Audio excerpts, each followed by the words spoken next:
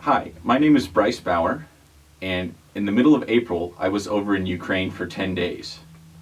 I went with an organization called Gideon Rescue Company, and we gave out 3,000 Bibles to soldiers on the front lines in Ukraine. 2,500 of those were digital Bibles, electronic audio Bibles you could listen to in Ukrainian, and about 500 looked like this. We spent about 5 days in the east, like Kramatorsk, Bakhmut, from Izium over, like in the east. And in those 5 days of our 10-day trip, we gave out about 2,800 of the Bibles. God had a couple hundred saved away for citizens he wanted us to give to, and he led us to them on the way. So I'm going to start with some context, and then I'm going to get into a couple stories that I want to share with you. So, first of all, our team. There were 4 Americans, myself, Brock, who's the team leader from Oklahoma, Greg, also from Oklahoma, and Dylan from Michigan. These guys will come into the stories a lot in a little bit. So, we flew into Poland on a Sunday. We got all of these Bibles that had been stored in a warehouse, loaded them in this Pathfinder van, and drove it across the border through all the military checkpoints into Lviv in western Ukraine. There we met our translator, Andriy, who we nicknamed Andy. Had to give him an American nickname since he was rolling with us. And from there we went to Kyiv, went to Kharkiv, Izium, then down into Kramatorsk. Now originally the plan had been to stay in the west where it's a lot safer and try and give Bibles out to soldiers who are recovering in the hospital. All of those doors seemed to close, and the myriad doors that opened were all far in the east where all the fighting was. So we felt God was leading us there. So our total trip took about 2,500 miles, like 4,000 kilometers-ish. And we successfully were able to get rid of every single Bible. So I'm going to start going into a story. Before we even got to Ukraine, God had divine encounters for us. We were in the Paris airport, Charles de Gaulle, and trying to get our stuff through security because we had body armor, ballistic helmets, our backpacks, some other supplies. And Dylan from Michigan is a sheriff. And so he had his plate armor, which was like thick plate to stop rifle bullets, which was necessary in some parts of Ukraine. So we were making our way through security, and they stopped him. They said, no, you can't bring this here. And I spent a year in France studying, so I'm fluent in it. And I was like arguing with him, like, what? Well, not. In French, maybe everything's an argument. But I'm arguing with him, like, why can't we take this in? And they're like, well, it's steel plate. It stops rifle bullets. We're like, yeah, but we're not staying in France. We're going straight to Poland. We're going to Ukraine. They're like, it doesn't matter. It's in France. You cannot own this unless you're military or police. I'm like, oh, or police. This guy's a sheriff. He's got his ID card with him. And they're like, oh, really? Let's see it. And so he pulls it out, pulls his passport out. They take all these pictures of it. And they're like, it's still illegal, though. We're like, is there anything you can do? Our flight leaves in 15 minutes. And we're like, we still have to go through the visa line and across the other half of the terminal to get to our flight. They're like, let's see what we can do. So they call up their buddy on the phone. And they're like, talking to this policeman guy. They're like, yeah, he's got this vest. It's illegal, but they want to get through. They're not here to cause trouble in France. Like, they're just going through. They're missionaries kind of thing. And so the police is on the way from the other side of another terminal. And meanwhile, it's like 10 minutes till our flight takes off. And so Brock and Greg leave us and they say, hey, we're going to try and stop the plane and hold it up and see if they'll wait for you guys. Because we don't want to go into a war zone without Dylan having his body armor. So we're standing there just waiting for this police officer to come. I'm just looking at my watch the whole time like, this is taking way too long. How are we going to get through? And Dylan, meanwhile, is talking with one of the security guards who speaks a decent amount of English. And Dylan gives him this glow track, which is Christian literature with Bible verses and messages of hope in French. The guy looks at it, he's like, what is this? You guys Catholic or something? He opens it up. Dylan's like, no, we're Adventist. He's like, you're Adventist? We're like, yeah. He's like, my mom's Adventist. I was raised Adventist. We're like, no way, that's so cool. He's like, what are you guys really doing? We're like, no, we're really taking Bibles. We have 3,000 Bibles sitting in Poland that we're going to give to Ukrainian soldiers. He's like, are you serious? That is an awesome mission. He calls the police officer again. He's like, you got to get over here right now. These guys have a mission. They got to go. And we're like, okay. So he's like championing our cause, right? So the police officer finally shows up. The security guard tells his other security guard friend, hey, come over here. These guys are Adventists. The guy walks over. He's like, really? I go to the Adventist church here in Paris. We're like, that's so cool. And so the two guys are talking to the police officer. They're like, these guys are cool. Let them through. Come on, come on. The police officer's like, I got to follow orders. He goes, he looks at the plates. They x-ray him again. 5 minutes till our flight leaves. I'm just like, this plane is going to leave without us. What are we going to do? We have a tight schedule. And thankfully, they eventually let us pass after all this hoopla, but taking all these pictures and IDs and passports and whatnot. They run us to the front of the visa line, which by then had like 100 people in it. Push us to the very front. He stands, talks to the visa guys like, yo, let these guys through. Stamp their passports. They got to go. They got to go. They got a mission. And we open up our passports, gets through. So Dylan and I are jogging through the airport with our backpacks, our bulletproof vests, supplies in our hands. We finally get to our gate, and it had been delayed due to an electrical problem. I think God had delayed it for us so we wouldn't miss our flight. And as we sit down, Dylan tells us he was talking with the security guard and we were walking up to the visa line. He turns to the guard and he's like, so do you still go to church? The guy's like, I don't really go anymore. And Dylan's like, hey, maybe you should. The guy's like, maybe I should, yeah. So Brock says, he's like, oh man, if we only came all this way to get that guy to go back to church, it was worth it even. Like, get him involved in his community again, praise God. So that was our first divine encounter, and we hadn't even started the trip yet officially. We had like 1 million of these. And we had all of these really, really bizarre coincidences. It's easy to explain a couple of them away, but when you have like 8 miracles every day for 10 days, you can't logically explain them away anymore. This was the most powerful, incredible experience of my entire life, this story. Let me start off with our prayer that morning. Dylan said, I've just been really impressed that we need to find Andy, our translator, Andy's brother. He's a tank commander out here in the East. And I was praying last night, praying this morning, and I feel like God is calling us to try and find him. We're like, okay, let's do it. And so our modus operandi, like our usual thing, was to just literally drive around the city and outside of the city, closer to the front, and find pockets of soldiers, groups of like 20, 30 guys. We'd hop out and just give them these Bibles. Like 95% of them were so grateful to take them. Maybe 5% were like, no thanks. Or like, I already have a Bible with me, I'm all right. No, it's okay. But 95% were so happy, and it absolutely changed their hearts, their attitudes, their mindset as to what was happening. The destruction, the death, the brutality of the war. There was something more than that in this world for them, and it was everlasting life afterwards. It was the love of a God who loves them unconditionally and personally thinks about each one of them individually. And it completely changed their mood. Hope is a powerful weapon.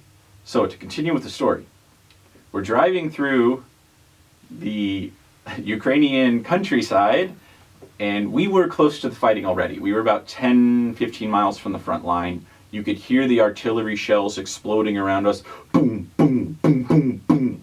Like this was a very serious matter. So we're driving around giving soldiers and paramedics, or a congresswoman we even met and gave her a bunch of Bibles to take to these soldiers. Like we met army chaplains, we gave Bibles to Satanists. So we're driving around and we come to this stop and we're like, okay, what do we do, God? We're praying, do you want us to go farther? Do you want us to turn around? What have you got in mind? Right as we're praying, this little Jeep zips by us and it's got Polish license plates on it. This was super weird. We hadn't seen a single car that had a Polish plate but our car had Polish plates. We're like, oh, is this someone we're supposed to follow? So rev up the van and we pull in after them, and then they go down this little like slip road, dirt road out into the who knows where, and the explosions are getting louder and louder. We can start to hear machine gun fire, which is something we hadn't been close enough to hear before. So we're talking probably 3 or 4 miles away from the very front. And we keep going, and we're like, God, where are you taking us? Are we going to the trenches? What is going on right now? And finally, the car pulls into this like abandoned factory. And so we pull in after them. We hop out, and these 3 guys hop out of their Jeep. They look at us like, who the heck are you guys? What are you doing here? We're like, well, we're missionaries. We're bringing Bibles. And we're looking for Andy's brother, who's his tank commander. Would you happen to know where any of these tank units are? And the guys are like, you came to the right spot. We're intelligence communication officers. He pulls out his phone. It's got a gold star for every Ukrainian regiment in the East. We're like, jackpot. This is why we were supposed to follow them. So they're like, we gave them a God pod each. That's what they were called, God pods, the electronic Bibles. You could push like chapter, verse, book, and listen to them. It had the whole Bible on it. It was amazing stuff. So we gave them God pods, and then they're chatting with us like, oh, you guys are looking for these tank units? Last time we saw them was over in this little city farther west. But you're going to have a hard time getting there because the main road there got blown up yesterday. And we're like, we were on that road yesterday. What time did it get blown up? They're like, oh, it was blown up about 8 o'clock. I'm like, oh, we were there at 7 o'clock. Good thing we got out in time. Yeah, so we'll take the other road this time. So we take like kind of the back skirts, go back through town and up. And we start getting closer. And these explosions, we thought they were close before. We're driving up to Chasiv Yar, which is 3 miles, 5 kilometers from Bakhmut city itself. We are in the thick of it. We're starting to see explosions and dirt clods flying over our heads as we're driving through this nice Pathfinder van, a Ford Transit from 2005, who knows how old, but... So we're driving into this little town, and we're looking for Andy's brother, this tank group, and we see these a bunch of guys, like 40 guys, 30, 40 guys, by this big building. We pull under these awning, hop out, and we all jog over. And it's this big cement building. It was an old warehouse. It has got giant metal doors, like 20 feet tall, that are, one of them swung open. We can see inside they parked a tank in there. There's 30 guys in there. So we hop out, we're like, all right, do you guys know this tank unit? They're like, oh, they just left. They're in Bakhmut now. You're not going to be able to reach them. And we're like, oh yeah, we're probably not going to go there, are we? Well, you guys want some Bibles? So we pass out Bibles to all these guys, and they're like, this is way too dangerous. There are bombs exploding outside while we're talking. Like, we first got there, and there was one right behind us, and they pull us inside. They're like, get inside, get inside, get inside. The shells are getting closer. Because it was, Ukraine's artillery line was, I don't know, 500 yards away from us. And you could hear us, the Ukrainian side going, doosh, doosh, doosh, launching their rockets off and their bombs off at the Russians, and the Russians would fire back. So we're in this building giving these Bibles to people. And we say, is there anything else we can do for you? And they said, yes. One of our soldiers, our buddies, died about 2 hours ago. We just came to the front. His body's over there. And we're like, okay. They said, it's too dangerous. No priest will come here, because it's an Orthodox country. They said, no priest will come here to read him his last rites. Would you guys do it? So we're talking amongst themselves, and we're like, well, theologically, we don't really believe exactly that, but now's not the time to discuss it. What should we do? So we walk over there. Someone suggested, let's sing Amazing Grace. So we start singing Amazing Grace. We're on like the second sentence of the song, and the closest bomb we had ever heard hit probably 100 feet outside the building.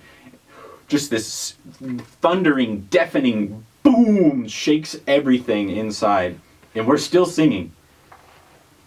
So we all kind of look at each other, and we all have the same idea. We got to sing louder so that we're louder than these bombs. And we're belting this song out. Our voices are echoing off of the brick walls. And it's almost like I can see our voices. Like we're just giving it everything in our hearts. As we look down at this soldier who's passed away, he's got his wedding ring on. They've got a tarp over his face. He's got blood soaking his uniform. He had just passed.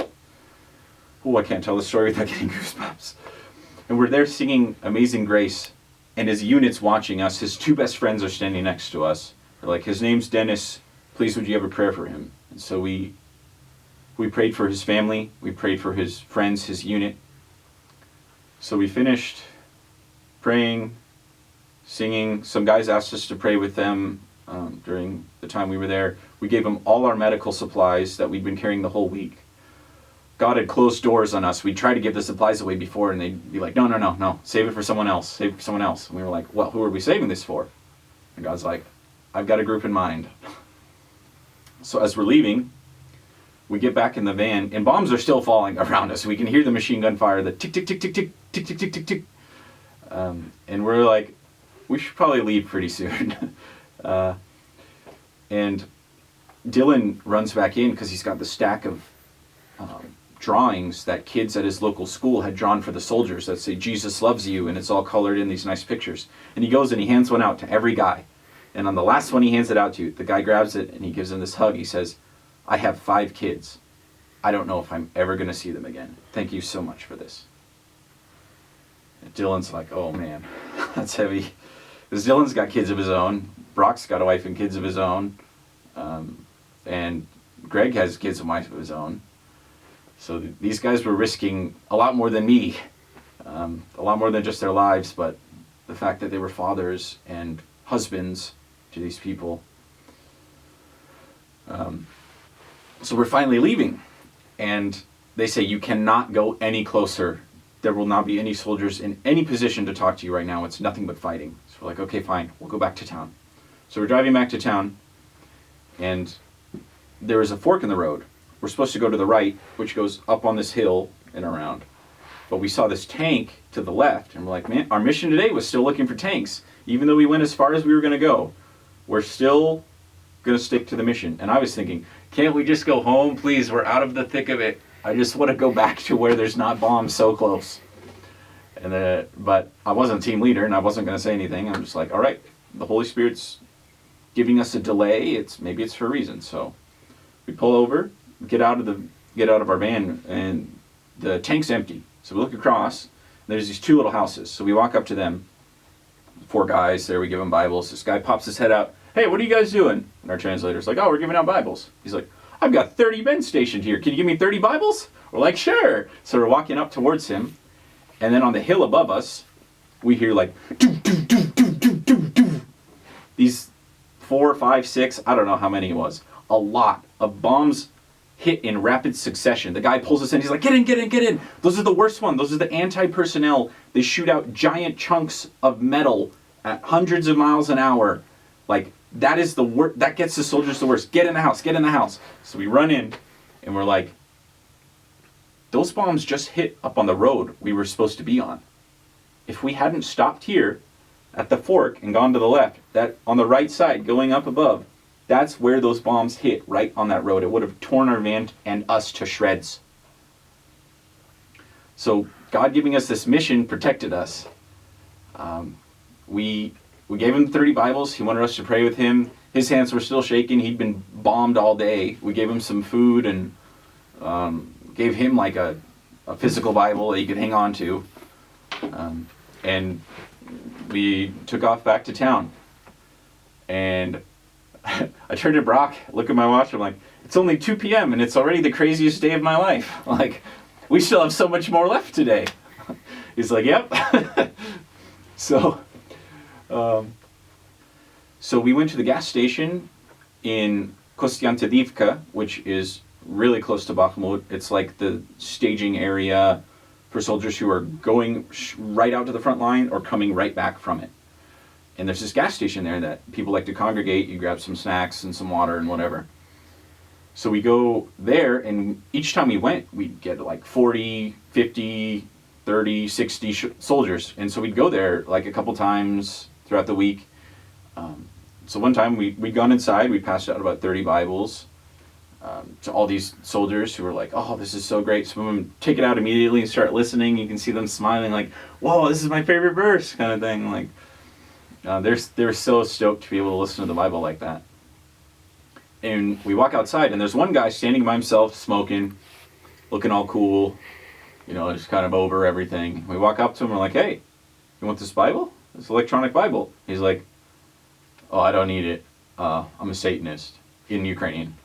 I understand enough Ukrainian to understand what he said, and my eyes were like, what? I looked at the translator, I was like, what did he say? He said, yeah, he says he doesn't need it, he worships the devil. And I was like, okay, I did understand. And Brock looks at us, he's like, we gotta get this take a Bible. He needs it more than anyone here. I'm like, okay, Brock, you convince him. I want to see this. So through Andri, our translator, Brock's telling him, he's like, okay, I know you don't want this Bible now, but I promise you in the near future, you'll be so glad you took it. The guy's still kind of like, I don't know. Who are you? Why are you still talking to me? And Brock's like, no, I'm serious. I came from the middle of nowhere, Oklahoma, 6,000 miles out here, to give you specifically this Bible. God had you in mind when he sent me out here. You can see the Satanist, the gears start turning in his head. He's like, who are these American Christians who care so much about me all of a sudden? Like, all right, continue. What else do you have for me? And Brock's like, thinking, he's like, I'll be right back. He runs to the van, grabs his name badge patch, because everyone's got bulletproof vests that you can stick these Velcro patches on. And Brock is a flight paramedic in a helicopter, so he's got these wings on his next to his name. Grabs the patch, sticks it on the guy's chest, and points it, and goes, you see these wings? I'm going to be praying that these are God's wings protecting you while you're here in Ukraine. And the guy goes, and he gets the smiles just as big as his face. He walks up to Brock and gives him this huge bear hug. He's just the Satanist has just come up and hugging him, grabs the Bible in both hands. He's looking at it like it's the most wondrous thing he's ever seen. He takes off all his old patches, sticks them on us, takes the patch, put it here. I have the 3 Angels Messages Spiritual Golden Hour patch I stick on his shoulder. This guy's just like grinning from ear to ear. He can't believe these Christians came to talk to him even after he tried to send us away. And we cared so much about him. We were willing to pray for him. I still pray for him. And someone from his unit came. He's like, yo, we got to go. So they go, they hop in the tank, and they roll out. So Brock jumps back in the van. He's like, does God love Satanists or what? We were like, yeah, I guess so. I'm learning more and more. So we had some absolutely crazy experiences. I have hours of stories I could tell, but I just want to keep it shorter. And finish with some closing thoughts. So, we had 3 rules that we followed throughout the week. We didn't even verbalize them or articulate them officially, but this is what ended up happening. We always obeyed soldiers' orders. We always prayed before we did something new, whether it was change a new direction, try a new tactic, go to a different city. And third is anytime a soldier told us the name of a city, we went to it. The whole week, we followed those 3 rules, and we gave out all 3,000 Bibles in 5 days in the East. And I believe those rules translate to how we can live our lives back here in America. For me personally, it was such an amazing spiritual experience over there. It was so easy to believe and be present in the Spirit, and because you're seeing all of these lives getting changed. But coming back to the States, it's like, oh, we've got our safety, our security. People feel like they don't need God anymore because they have everything already. They've got a house, they've got their TV, and they've got food. Like, what else do they need? But this obedience is something that's really been weighing on my mind lately as I've been reading the Bible and rereading certain stories where God says, I would prefer obedience over worship even. He says that to like Saul and Samuel. Samuel comes to Saul, he's like, why are you disobeying God? And Saul's like, oh, well, I took all this livestock so that we could make a sacrifice to him. Samuel's like, that's not what God asked. He wants obedience. And I believe it's not like God is trying to keep us in this box or prevent us from having fun, but obedience to his rules is to keep us safe and help us to have a good life. Just like it protected us in Ukraine, it can help people to have a better life here where they're avoiding dangerous or hurtful situations. And our second rule of always praying, I think that's so important. I do that so much more now since I came back from Ukraine. It's just, all right, God, what are you trying to tell me? Where are you leading me? What is your will here? And it makes me feel more confident, less anxious. You know, what do they say? Do your best and let God do the rest, right? I think that's something anyone can live by. And then thirdly, just going where you're called. I was called to Ukraine for those 10 days. I don't know where I'm being called next, but I know that God has something in mind for me. So I just wanted to leave you with those three thoughts. And thank you so much for your time.